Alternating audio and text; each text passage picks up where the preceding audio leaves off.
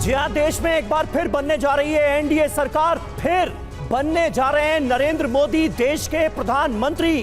थोड़ी देर बाद शपथ ग्रहण समारोह शुरू हो जाएगा और उससे पहले तमाम संभावित मंत्रियों की पूरी फहरिस्त टीवी 9 भारतवर्ष ने आपके सामने रख दी है। आपके साथ मैं हूं समीर अब्बास, मेरे साथ सुरभि शर्मा भी मौजूद हैं। शुरुआत अहम खबर के साथ। थोड़ी देर बाद मोदी सरकार का शपथ ग्रहण है। शाम 7:15 बजे तीसरी बार प्रधानमंत्री पद की शपथ लेंगे नरेंद्र मोदी। राष्ट्रपति द्रौपदी मुर्मू दिलाएंगी प्रधानमंत्री पद की शपथ। मोदी के साथ 68 मंत्री भी आज ही शपथ लेंगे। तो ये बड़ी जानकारी सामने आ रही है। जो नंबर है वो फिलहाल सामने आ रहा है 68 का। प्रधानमंत्री मोदी के साथ उनके 68 मंत्री भी आज ही शपथ लेंगे।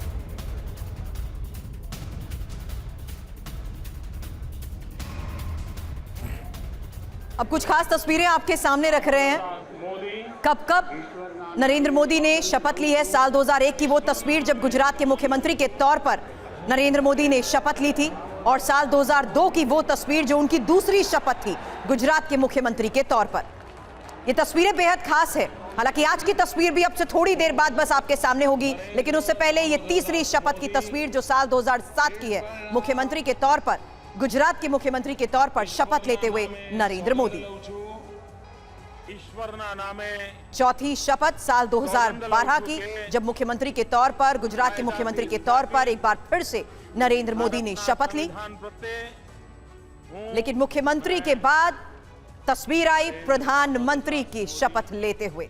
पांचवी शपथ साल 2014 में नरेंद्र मोदी ने प्रधानमंत्री के रूप में यह शपथ ली, और उसके बाद साल 2019 की ये तस्वीर, ये छठी शपथ। और आज की तस्वीर भी अब से थोड़ी देर बाद समीर हमारे सामने होगी, लेकिन उससे पहले शपथ ग्रहण को लेकर भी बड़ी खबरें मिल रही हैं। जी हां, और एक बड़ी खबर आपको बता दें, बीजेपी अध्यक्ष जेपी नड्डा भी इस बार मंत्री बनने जा रहे हैं। गुजरात से राज्यसभा सांसद हैं जेपी नड्डा, और जेपी नड्डा भी आज मंत्री पद की शपथ लेंगे।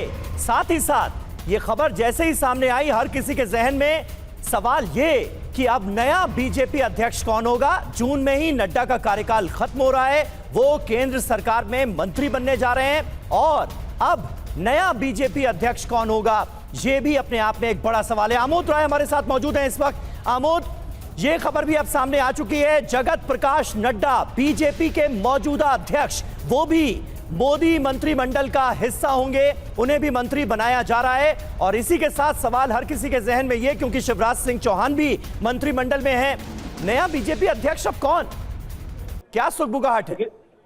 देखिए, यही सवाल सबके जहन में है कि नया बीजेपी अध्यक्ष कौन, क्योंकि अब से थोड़ी देर बाद, तकरीबन 2 घंटे बाद बीजेपी अध्यक्ष मोदी कैबिनेट के हिस्सा होंगे, तो आगे बीजेपी का चेहरा कौन होगा, ये सवाल अभी सबके मन में है। लेकिन जो सूत्र बता रहे हैं कि एक्सपीरियंस्ड व्यक्ति को इस बार बीजेपी अध्यक्ष बनाया जाएगा और मजबूत व्यक्ति ही बनेगा। लेकिन अभी तक नामों की चर्चा किसी की नहीं शुरू हुई है, लिहाजा माना जा रहा है कि बीजेपी एक ऐसा चुरुक का पत्ता इस बार उतार सकती है जी, जिसको काफी एक्सपीरियंस हो सांगठनिक दृष्टि से।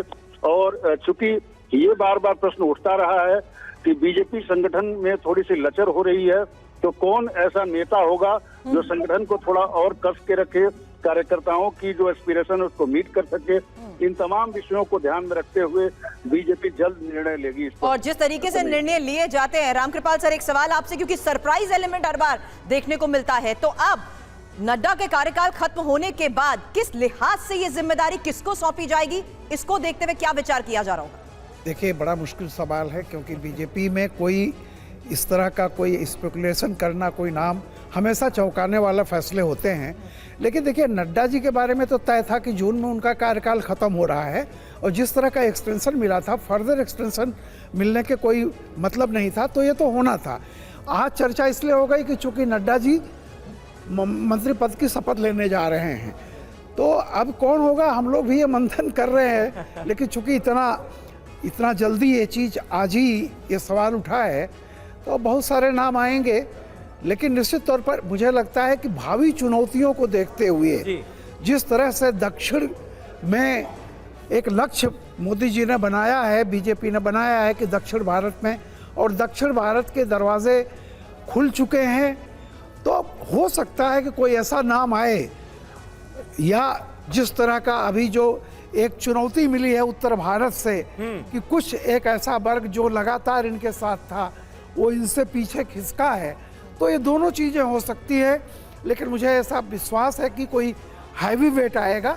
हैवी वेट का मतलब मेरा ये नहीं कहना है, कोई नया व्यक्ति भी आ सकता है और वो समय के साथ चुनौतियों को जो देख सके। ठीक है, लेकिन मौजूदा परिस्थितियों में ये अंदाजा लगाना मुश्किल है। वरिष्ठ पत्रकार उदय माहुरकर भी हमारे साथ मौजूद हैं। उदय जी, क्या कहेंगे आप? वैसे भी जो मौजूदा सूरत हाल है, भारतीय जनता पार्टी का संगठन जिस तरह से काम करता है, अक्सर तमाम सोर्सेज जो होते हैं, जो सूत्र होते हैं, वो गलत साबित हो जाते हैं। और अभी की सिचुएशन में अगर हम अंदाजा लगाएं तो शिवराज सिंह चौहान पर एक नाम जाता है, वो आता है जहन में। शिवराज सिंह चौहान मंत्री बनने जा रहे हैं, नितिन गडकरी मंत्री बनने जा रहे हैं, अमित शाह मंत्री बनने जा रहे हैं, जेपी नड्डा मंत्री बनने जा रहे हैं। तो वो कौन होगा जिसके हाथ में बीजेपी के संगठन की कमान आएगी आपके हिसाब से? ये जो श्री नरेंद्र मोदी की कार्यशैली है उसको ध्यान में रखते हुए अनुमान लगाना बहुत डिफिकल्ट है।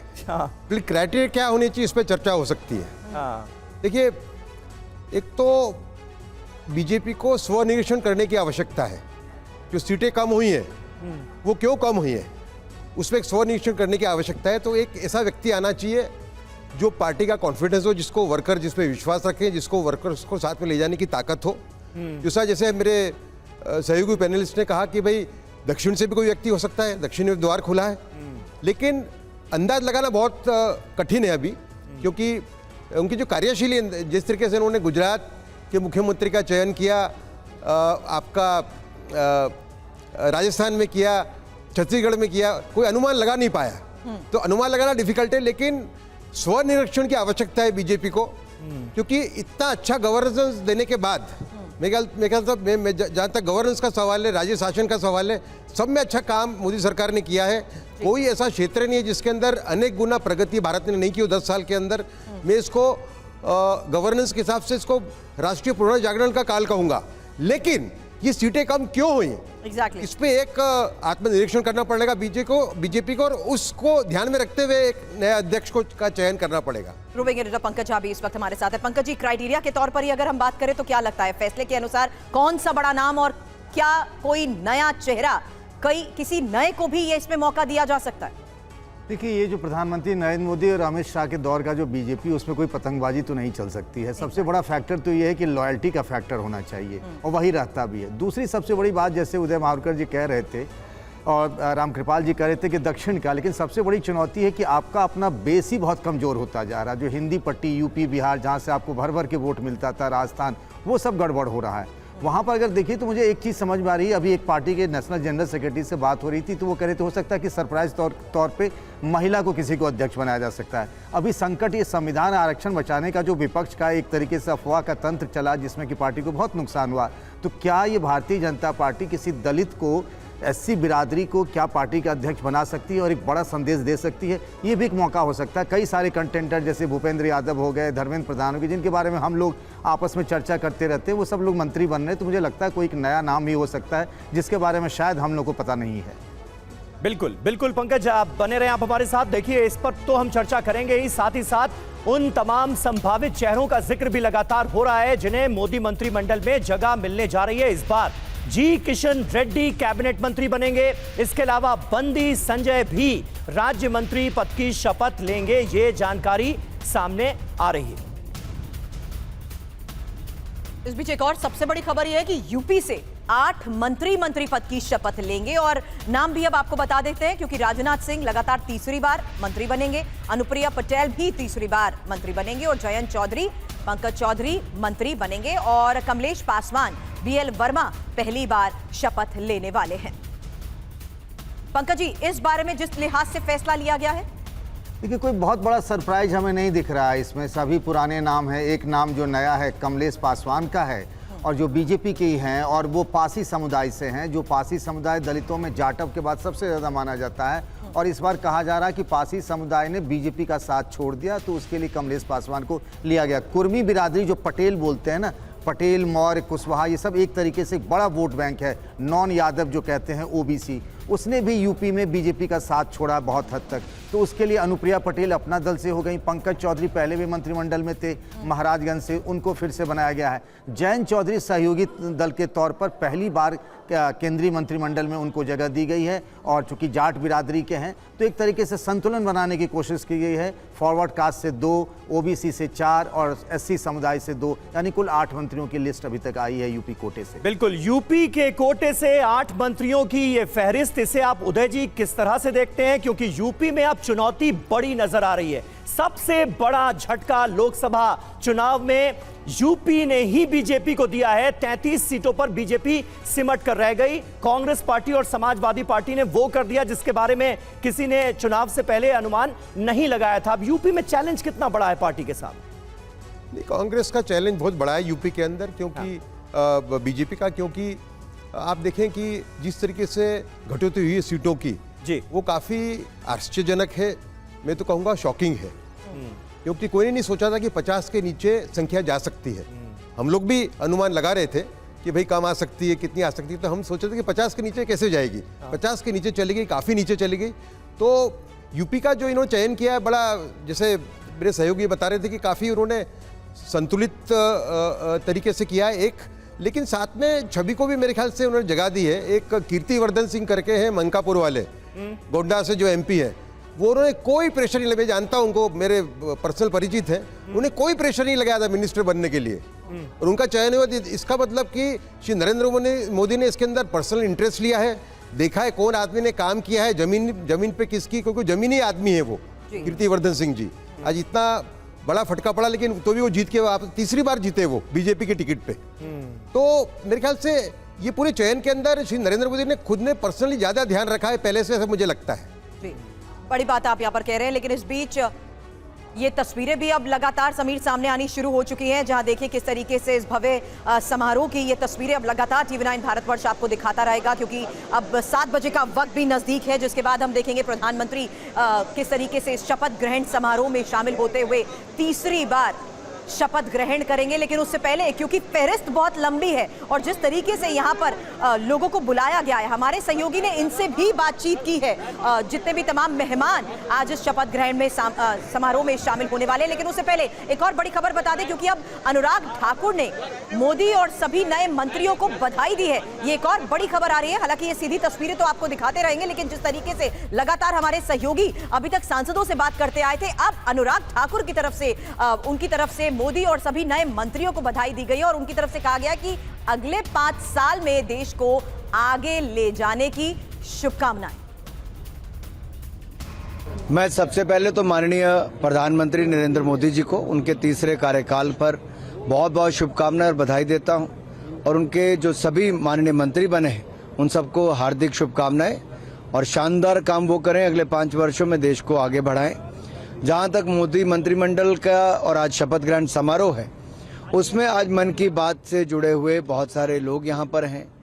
यहां पर विकसित भारत अभियान को चलाने वाले सभी वो महानुभाव हैं, यहां पर नमो ऐप पर जुड़ने वाले वो महानुभाव हैं, बहुत सारे खिलाड़ी हैं जो इसमें भाग लेने आए हैं। ये सब लोग वो हैं जिन्होंने अलग अलग क्षेत्रों में बहुत नाम कमाया है, अपना काम किया है। तो देखिए, मोदी 2.0 में पिछली सरकार में सूचना एवं प्रसारण मंत्रालय का जिम्मा संभाल रहे थे अनुराग ठाकुर। इस बार उन्हें जगह नहीं मिली है, लेकिन वो शुभकामनाएं दे रहे हैं प्रधानमंत्री मोदी को और तमाम उन नेताओं को जो आज मंत्री पद की शपथ ले रहे हैं। वहीं बिहार से 8 सांसद बनेंगे मंत्री। ये कौन कौन है? चिराग पासवान और जीतन राम मांझी, जो कि पहली बार मंत्री बनने जा रहे हैं मोदी मंत्रिमंडल में, उनके नाम। इसके अलावा जेडीयू से लल्लन सिंह और रामनाथ ठाकुर, ये दोनों भी पहली बार केंद्रीय मंत्रिमंडल का हिस्सा बनने जा रहे हैं मोदी सरकार में। इसके अलावा नित्यानंद राय और गिरिराज सिंह, जिन्हें रिटेन किया गया है। इसके अलावा सतीश चंद्र दुबे को भी मौका मिला है।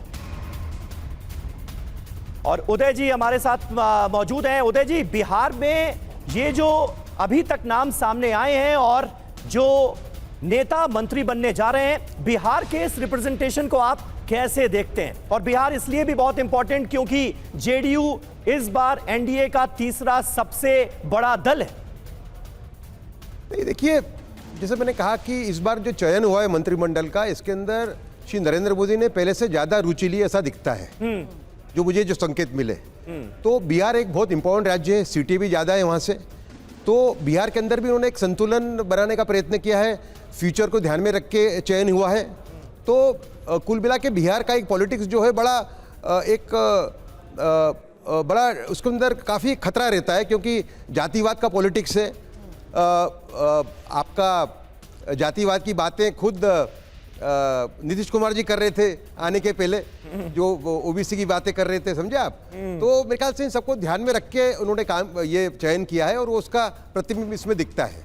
बिल्कुल। अब संभावित मंत्री कौन कौन हैं, और जिस तरीके से ये फहरिस्त हम आपको बता रहे हैं, संभावित मंत्री चिराग पासवान के बयान को लेकर भी एक बड़ी खबर आपको बता दें, जिनकी तरफ से कहा गया कि 10 साल में देश काफी आगे बढ़ा है और प्रधानमंत्री से बहुत कुछ सीखने की भी जरूरत है।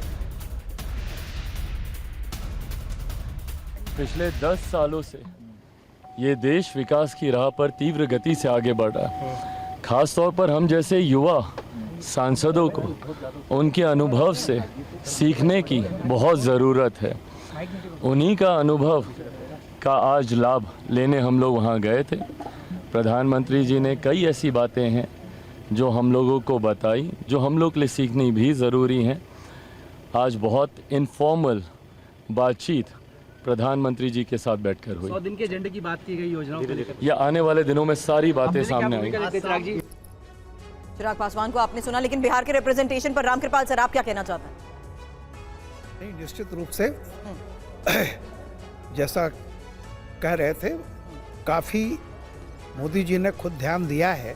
लेकिन अभी आप उत्तर प्रदेश और बिहार की जो बात कर रहे थे, देखिए बीजेपी ने, जैसा उदय जी कह रहे थे, बहुत अच्छा काम किया निश्चित रूप से। लेकिन अगर आप बहुत अच्छा भी काम करें, लेकिन अगर आपकी रणनीति गलत हो जाए, कहीं से चूक जाए, तो खामियाजा भुगतना पड़ता है। अब आप देखिए उत्तर प्रदेश और बिहार में जो नतीजे आए हैं, उसमें क्यों बिहार में बेहतर नतीजा आया उत्तर प्रदेश की तुलना में, जबकि बिल्कुल दोनों पड़ोसी देश हैं और सामाजिक समीकरण भी करीब करीब वही हैं। कारण ये रहा कि बिहार में एक अफवाह और लालच का जो विपक्ष ने एक वो चला था, एक तो 8,500, और दूसरा ये जब उत्तर प्रदेश की 14, 17, 19 और 22 चार चुनावों में ओबीसी ने इंटैक्ट बताया है कि हम मोदी के साथ इंटैक्ट थे। क्यों हट गए इस बार, क्यों जो है, तो इसमें क्या फर्क पड़ा? देखिए, एक झूठ फैलाया गया कि संविधान खत्म होगा। जब एक गांव की महिला ये कहने लगे कि बाबू, अगर बाबा की किताब ही नहीं रहेगी तो हम कैसे जिएंगे, मतलब आप समझ जाइए इस बात को। बीजेपी ने इसे सीरियसली नहीं लिया। जब हर जगह पे अपोजिशन वाले संविधान की किताब लेकर के ये प्रचार कर रहे थे कि इसको ख़त्म किया जाएगा, और बीजेपी के ही एमपी ने हम बदलेंगे, 6 एमपी ने बात कही, तब बीजेपी को समझ जाना चाहिए था कि कम से कम आपके जो ओबीसी और दलित नेता हैं वो जाकर के इस बात को करते। जो चीज़ बिहार में क्यों नहीं हो पाई, क्योंकि नीतीश कुमार, अपना ये चिराग, इन लोगों ने, और जीतन राम मांझी इस चीज़ को पनपने नहीं दिया। उस क्लास को जो एक रहा है, जिसका नीतीश कुमार ने बहुत, चाहे आप उसको महादलित कह लीजिए, जो भी है, उसके नेता बिल्कुल लगातार लगे रहे। वो डैमेज बिहार में नहीं हुआ, वो उत्तर प्रदेश में हुआ। तो मेरा ये कहना है कि सिर्फ आप काम के बूते नहीं, आपको एक रणनीति और जो प्रतिद्वंदी है क्या चाल चल रहा है, और वो चाल अगर उसकी काट करने का आपके पास आप भूल रहे हैं। नहीं, और ये बात आप सही कह रहे हैं, इसका जिक्र बीजेपी के कई वरिष्ठ नेताओं ने भी किया है और कहा है कि इसका खामियाजा हमें भुगतना पड़ा, क्योंकि जिस अंदाज में ऑपोजिशन की तरफ से ये बातें रखी गई, संविधान खत्म हो जाएगा, आरक्षण खत्म हो जाएगा, उसका हम काउंटर नहीं कर पाए, कोई काउंटर नैरेटिव सामने नहीं रखा जा सका। महाराष्ट्र से देखिए 6 सांसद बनेंगे मंत्री, ये अहम खबर आपको बता दें। नितिन गडकरी और पीयूष गोयल फिर मंत्री बनने जा रहे हैं। एकनाथ खड़से की बहू रक्षा खड़से भी मंत्री बनेंगी। इसके अलावा आरपीआई के रामदास आठवले को एक बार फिर मौका मिला है। पुणे के मुरलीधर माहौल भी मंत्री बनेंगे। तो महाराष्ट्र से ये नाम सामने आ चुके हैं। इस बीच एक और सबसे बड़ी खबर बता दें, जहां एनसीपी सांसद प्रफुल्ल पटेल का ये बड़ा बयान आया है। मुझे राज्य मंत्री बनाया जा रहा था, मैं कैबिनेट मंत्री रह चुका हूं। अब जिस तरीके से ये बात प्रफुल्ल पटेल की तरफ से कही जा रही है, हालांकि महाराष्ट्र के रिप्रेजेंटेशन को लेकर ही बड़ी खबर का अपडेट हमने आपको दिया था, जहां पर आपको बता दें कि किस तरीके से महाराष्ट्र से 6 सांसद मंत्री बनेंगे। फिलहाल प्रफुल्ल पटेल की तरफ से अभी क्या कहा जा रहा है, सुनिए। हमको राज्य मंत्री स्वतंत्र प्रभार के बारे में सूचना मिली, लेकिन मैं स्वयं भारत सरकार का कैबिनेट मंत्री पहले रह चुका हूं और इसलिए हमने उनको यही कहा कि भाई देखिए, ये आपने जो ऑफ़र दी है, हमें खुशी है कि आपने हमको एक सूचना भेजी, लेकिन मेरे लिए थोड़ा ये कठिन है कि हम ये पोस्ट को हम पूर्वी में मैं कैबिनेट मंत्री रहे कारण मैं नहीं स्वीकार कर सकता। इसमें कोई ऐसा मतभेद नहीं है, कोई मतलब जो भी कोई अटकलें लगाई जा रही ऐसी कोई भी बात नहीं है। सब कुशल है, सब ठीक है और हमको ये भी कहा गया है कि कुछ दिनों की आप राह देखिए, हम इसको दुरुस्त करेंगे। तो देखिए, प्रफुल्ल पटेल का यह बयान अपने आप में बड़ा है। वो कह रहे हैं मैं कैबिनेट मंत्री रह चुका हूं, राज्य मंत्री ऑफर किया जा रहा था, इसलिए मैंने ये पद नहीं लिया। उदय माहुरकर जी हमारे साथ मौजूद हैं। उदय जी, कैसे आप देखेंगे इसे, क्योंकि सुनील तटकरे जो कि अजीत पवार की एनसीपी से चुनकर आए एकमात्र लोकसभा के सांसद हैं, पहले ये खबर आती है कि दोनों में आपस में एक रिफ्ट है। प्रफुल्ल पटेल भी चाहते हैं मंत्री बनना, सुनील तटकरे भी चाहते हैं। अब प्रफुल्ल पटेल का ये बयान कैसे देखते हैं? देखिए, ये मिलीजुली सरकार है, थोड़ा बहुत तो ऐसा एक कंट्रोवर्सी रहेगी, क्योंकि मिलीजुली सरकार है और लेकिन ये पहली कंट्रोवर्सी सामने आई। प्रफुल्ल भाई की बात सही है कि उनको पहले वो कैबिनेट मंत्री थे, अब वो राज्य मंत्री कैसे बने। लेकिन इससे ज़्यादा मैं एक दो चीज़ ऐड करना चाहूँगा इसके अंदर। जो बिहार की बात की हमारे सहयोगी जी ने बड़े अच्छी तरह रखी पूरी बात को, लेकिन देखिए, दो चीज़ों का बड़ा असर हुआ इस चुनाव के अंदर। सब चीज़ को अपन भूल जाए, है ना, मतलब इंटरनल बिकरिंग्स जो है, संविधान को लेकर कंट्रोवर्सी हुई, सब बात सही है, लेकिन दो चीज़ों का बड़ा नुकसान हुआ बीजेपी को। एक तो जो वॉशिंग मशीन का चार्ज लगाया कांग्रेस ने और विरोधी दलों ने कि जो टेंटेड नेता है उनको आप लेते हो और बाद में केस बंद कर देते हो, एक। और दूसरा, जो जरूरत से ज़्यादा एजेंसियों का उपयोग जरूरत से ज़्यादा ईडी और सीबीआई का, तो वो उसका भी एक जो प्रचार किया अपोजिशन ने, उसकी भी एक प्रतिबिंब, मुझे उसका भी प्रतिबिंब दिखता है ये रिजल्ट्स के अंदर। अच्छा, क्योंकि इसमें क्या है कि जो एक बीजेपी आरएसएस का एक जो मेन जो वो है आइडियोलॉजिकल कमिटमेंट, राइट, तो आइडियोलॉजिकल इससे डेंट लगा, ऐसा मुझे लगा इस प्रचार से। लेकिन पंकज जी, अब स्टेट डैमेज के तौर पर अगर फहरिस्त में यूपी का नाम आता है तो उसमें क्या महाराष्ट्र का नाम भी नहीं आता? और महाराष्ट्र को लेकर की जाने वाली समीक्षा से पहले यहाँ ये तालमेल बिठाने में ही क्या चैलेंज नजर आ रहा है?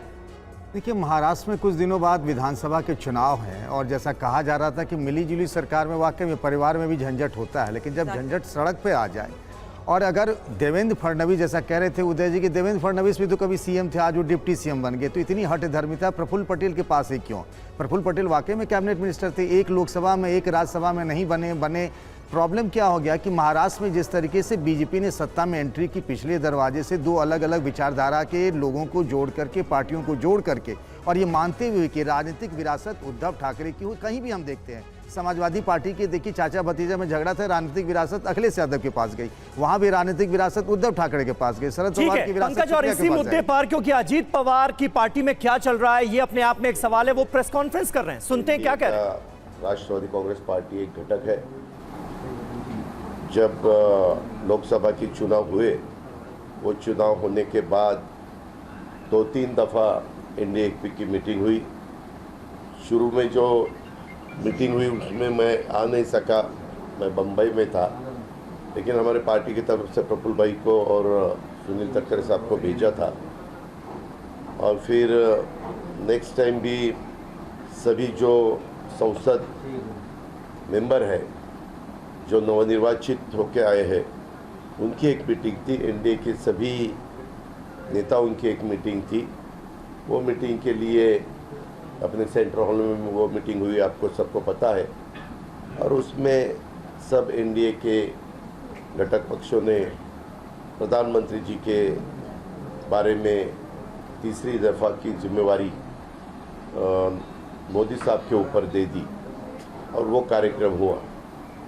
और उसके बाद आज हम ओथ सेरेमनी के लिए आए हैं।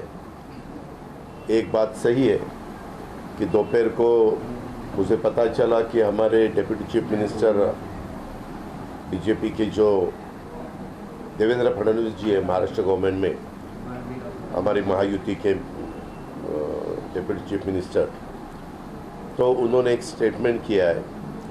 हमें कल रात को कांटेक्ट किया था, उससे पहले हम सब राजनाथ सिंह जी, अमित भाई और नड्डा जी, इनके साथ एक हमारी मीटिंग भी हुई।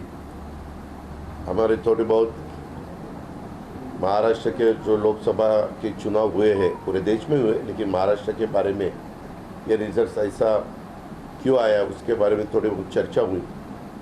और तब मैंने उनको रिक्वेस्ट की थी कि हमारे आज लोकसभा का एक मेंबर है और राज्यसभा का एक मेंबर है, लेकिन रामकृपाल सर, अब ये भी इंपॉर्टेंट है कि आने वाले चुनाव से पहले किस तरीके से अब कदम उठाए जाएंगे, और ये मीटिंग्स का दौर तो अभी से यहाँ शुरू भी हो चुका है। देखिए, मैं अभी हालांकि इनकी पूरी बात सुन नहीं पाया, इसके आगे क्या कहना चाह रहे थे, इसलिए कोई बहुत मुझे समझ में नहीं आया। प्रफुल्ल पटेल जी ने भी ये कहा कि मैं ये जो उन्होंने कारण बताए हैं, लेकिन कहा सब ठीक है।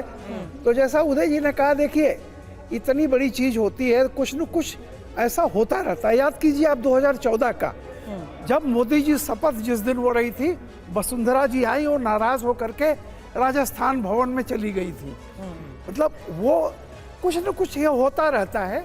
तो मैं अब भी कोई बहुत ज़्यादा इसका नतीजा नहीं देख पाता।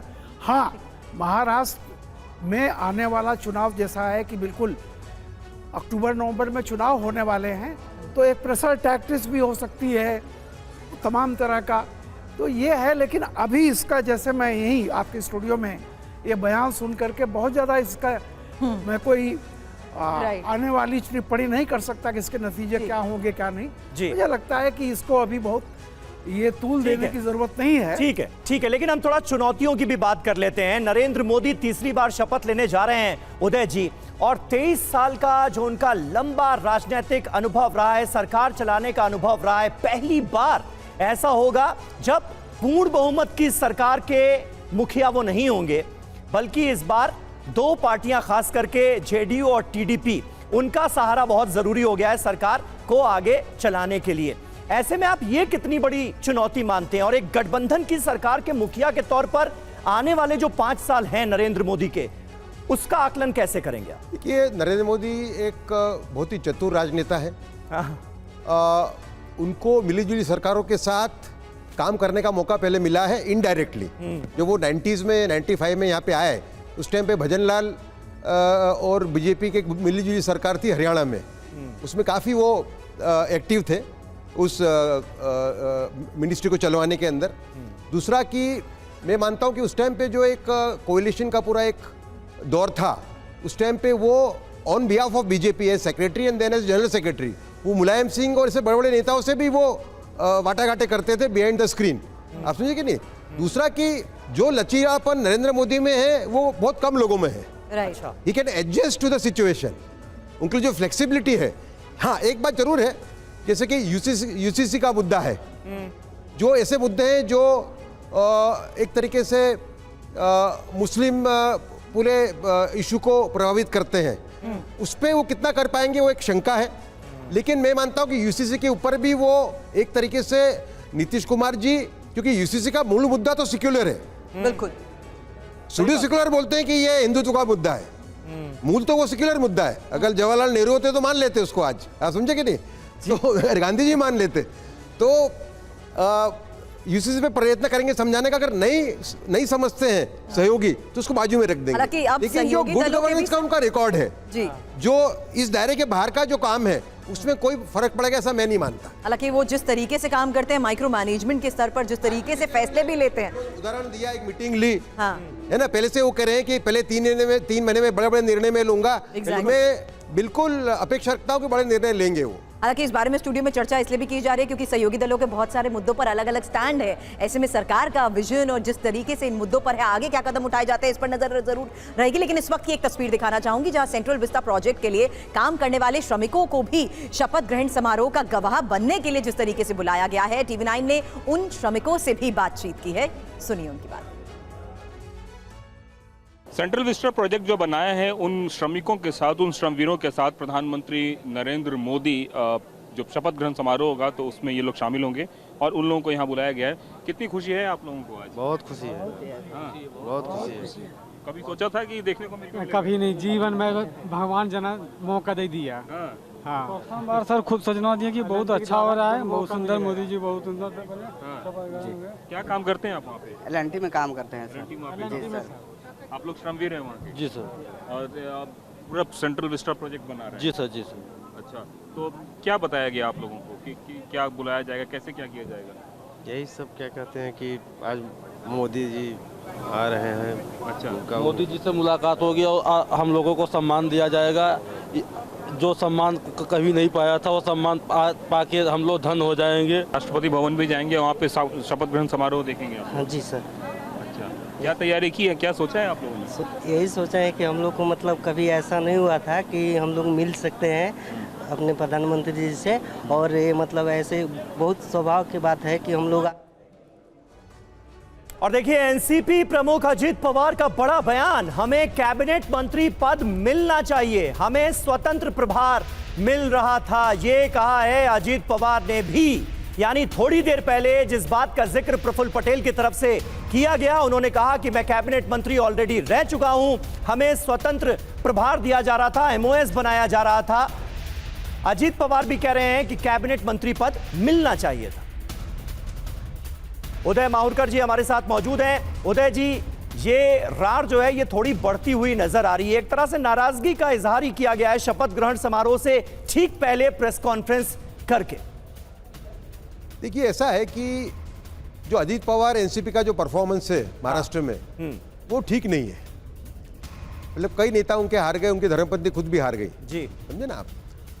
और जो वो पवार फैमिली का पूरा जो मैट्रिक्स है पूरा, उसके अंदर उनका पलड़ा अभी काफी वीक है और इलेक्शन अभी आने वाले हैं। देखिए, शरद पवार को एक सिंपैथी फैक्टर का भी लाभ मिला इस बार, समझे ना आप। बिल्कुल। तो मेरे ख्याल से बीजेपी ने ये सोचा होगा कि कद के हिसाब से पद दिया जाए, लेकिन उनका जो विरोध है वो मेरे ख्याल से मिलीजुली सरकार के अंदर इस टाइप का मतभेद तो आना बिल्कुल एक्सपेक्टेड है। इससे क्या असर पड़ती है वो देखना पड़ेगा हमें आगे जाके। पॉलिटिकली इसकी ज्यादा असर नहीं पड़ेगी जी। महाराष्ट्र में जो वातावरण है उसके अंदर इसमें पॉलिटिकली इस पे ज्यादा बीजेपी या बीजेपी का पूरा जो वहाँ पे पूरा जो स्ट्रक्चर है सहयोगी पार्टियों का, उसको लेके ज्यादा असर पड़ेगी ऐसा मुझे नहीं लगता। हालांकि वो ये जरूर कह रहे हैं प्रफुल्ल पटेल कि सब कुछ ठीक है, सब कुशल है, और ये भी कि हम कुछ दिन रुकने के लिए भी तैयार है। लेकिन इस बीच एनसीपी प्रमुख अजीत पवार का 10,000 करोड़ का केस का आक्षेप था उनपे, वो तो बंद हो गया। हाँ। उनको एक मेरे से 150 करोड़ वापस भी मिल रहे हैं, आज सुना जो मैंने पेपर में, समझे ना आप। तो उनको नाखुश होने का कोई ज्यादा कारण नहीं है, जबकि उनकी बात है वो जायज है कि पहले वो कैबिनेट मंत्री थे, उनको अभी कैबिनेट मंत्रीशिप ही मिलनी चाहिए। उदय सर